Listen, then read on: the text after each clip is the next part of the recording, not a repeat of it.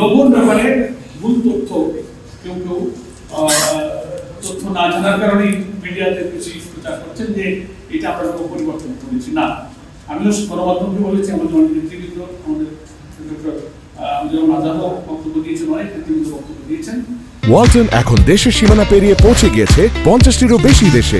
ওয়ালটন, ঘরে ঘরে, বিশ্বজুড়ে।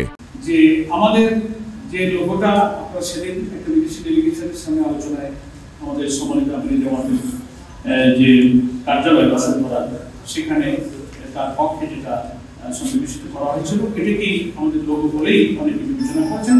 এই বিবেচনা করাটাকে আমি দোষণীয় মনে করছি না, কিন্তু আমরা ব্যাখ্যা দিয়েছি যে আমাদের এই লোগোটাই চূড়ান্ত লোগো নয়, আমাদের লোগোটা পরিবর্তন করা সিদ্ধান্ত হয়েছে। এটা ঠিক, আমরা একটা নতুন লোগো আমরা তৈরি করছি। 3-4টা লোগো ডিজাইন নিয়ে আমাদের মধ্যে অলরেডি একটা আলোচনা হয়েছে, এবং কিছু কিছু লোগোকে আমরা এডিট করে এটা চূড়ান্ত জায়গায় সর্বসম্মত সিদ্ধান্ত, আমাদের ডিসিশন মেকিং ফোরাম আছে, অ্যাপেক্স বডি আছে, সেখানে এই লোগোটা চূড়ান্ত হবে।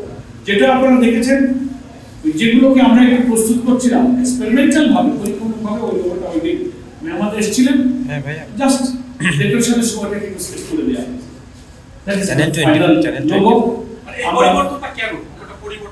পরিবর্তন সমাজের অনেক দৃষ্টিভঙ্গি থাকতেই পারে।